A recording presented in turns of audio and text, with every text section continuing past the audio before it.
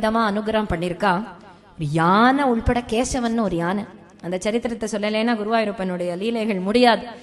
கேசவன் ஒரு யானை 1913 பிறந்தது. 1923 குருவாயூரப்பன் கிட்ட ஒப்படைச்சாச்சு. கோவில்ல யானைகளை கொடுக்கறதுன்னு உண்டு.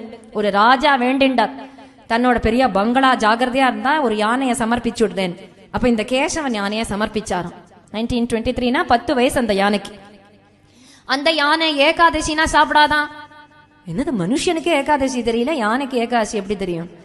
எந்த ஜீவனோ, எந்த யோக பிரஷ்ட ஜீவனம், எத்தனை ஜென்மம் மரிச்சுன்னு சொல்றாரு இல்லையா? எத்தனை ஜென்மத்துல நம்ம யாரா பிறந்திருக்கோமோ யோக பிரஷ்ட ஜீவனா இருக்கலாம். அந்த யானை சாப்பிடாதான் ஏகாதசினா. முதல்ல அவ்வளவு அறிவு உடைய யானையா இல்லையா? குருவாயூரப்பனுடைய வெண்ணையை கொடுத்து கொடுத்து கொடுத்து கொடுத்து அதிபுத்திசாலியா போயிடுத்தோம் அந்த யானை. சீவேலினா, சீவேலிங்கிறது ப்ரொசெஷன். இங்க புறப்பாடுன்னு தமிழ்நாட்டுல சொல்லுவோம் இல்லையா, அங்க சீவேலிம்பா. அப்ப 10 நாள் குருவாயூரப்பனை உற்சவம்னா குருவாயூரப்பனை எந்த யானை தூக்குறதுன்னு ஒரு எலிஃபண்ட் ரேஸ், யானைக்கு ஒரு ரேஸ் வைப்பாளம். முதல் நாள் வச்சுடுவா. அந்த ரேஸ்ல இந்த கேசவன் யானைக்கு தான் அந்த குருவாயூரப்பனை தூக்கணுங்கிற அந்த ஆசை, குருவாயூரப்பன் ஆசை. அதனால எப்படியோ ஓடி ஓடி வந்து முதல்ல ஜெயிச்சிடும். அப்புறம் அழகா தன் முதுக கொடுக்கும், குருவாயூரப்பனை தூக்கும். இது பல வருஷம் நடந்துட்டு இருந்தது. அப்புறம் வயசுங்கிறது எல்லாருக்கும் உண்டு இல்லையா? யானைக்கும் ரொம்ப வயசாயிடுது. அப்போ ஒரு சமயம் அந்த ரேஸ்ல 2ஆவதா வந்துடுத்தோம். முதல்ல யாரு எந்த யானை ஃபர்ஸ்ட் வருதோ அந்த யானை தான் குருவாயூரப்பனை தூக்கலாம். உடனே அந்த யானைய எப்படிதான் என்னதான் இருந்தாலும் பல வருஷமா இந்த கேசவன் யானை தூக்கி இருக்கு. அதை மற்ற யானைகளோட பின்னாடி நிறுத்த வேண்டாம், செயின் போட்டு பக்கத்திலேயே, கோவில் பக்கத்திலேயே ஒரு கிரவுண்டுல கட்டிட்டா. இப்ப முதல்ல வந்திருக்க இந்த யானை மேல குருவாயூரப்பனை ஏத்தனும். அந்த செயினை அறுத்துண்டு இந்த கேசவன் யானை ஓடி வந்து தன் முதுகு அப்படி காமிச்சுதான்.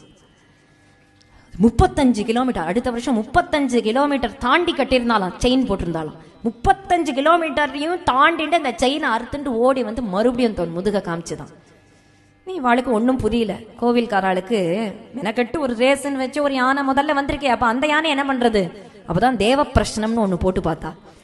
போடும்போது வந்துதான் பிரஷ்னம் போடும்போது இந்த கேசவன் யானை உயிரோட இருக்கிற வரைக்கும் குருவாயூரப்பனை கேசவன் யானை தான் தூக்கணும் அப்படின்னு அந்த பிரச்சனத்துல வந்தது.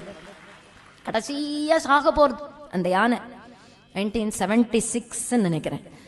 அப்போ அந்த யானை சாக போற அந்த தருவாயிலையும் அந்த யானைக்கு குருவாயூரப்பனை தூக்கிடணும். ஏகாதசி வரப்போறது நவமி. இது தூக்கணும்னு இவாளுக்கெல்லாம் கோவில்காராளுக்கு பயம்.